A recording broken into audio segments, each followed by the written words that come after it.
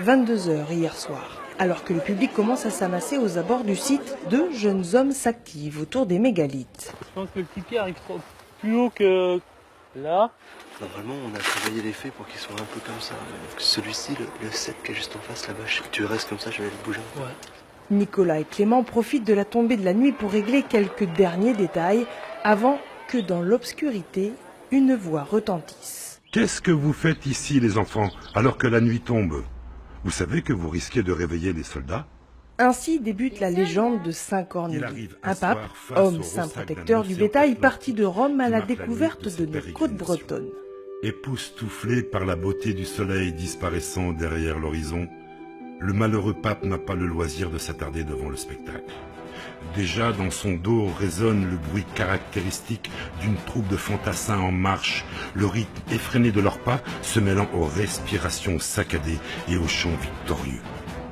L'histoire incroyable défile sous nos yeux, portée par ces étranges pierres dressées, mises en lumière, au sens propre comme au sens figuré.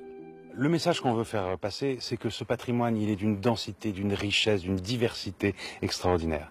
Et que ce qui peut apparaître comme des grosses pierres, et effectivement c'en est, sont en fait les vestiges d'une époque de l'humanité, d'une période de l'humanité qui nous a laissé des choses d'une subtilité qu'on a du mal à aujourd'hui à percevoir. C'est pour ça qu'il faut l'expliquer aux gens.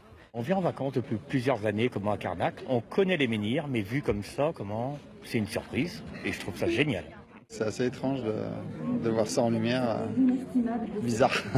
Bizarre. Bah ouais, c'est pas naturel, donc, mais c'est joli. Les jeux de lumière sont Ça les met en valeur, hein, les menhirs. Ouais. C'est sympa. La perspective de nous donner une interprétation à la fin m'a fait frissonner un peu.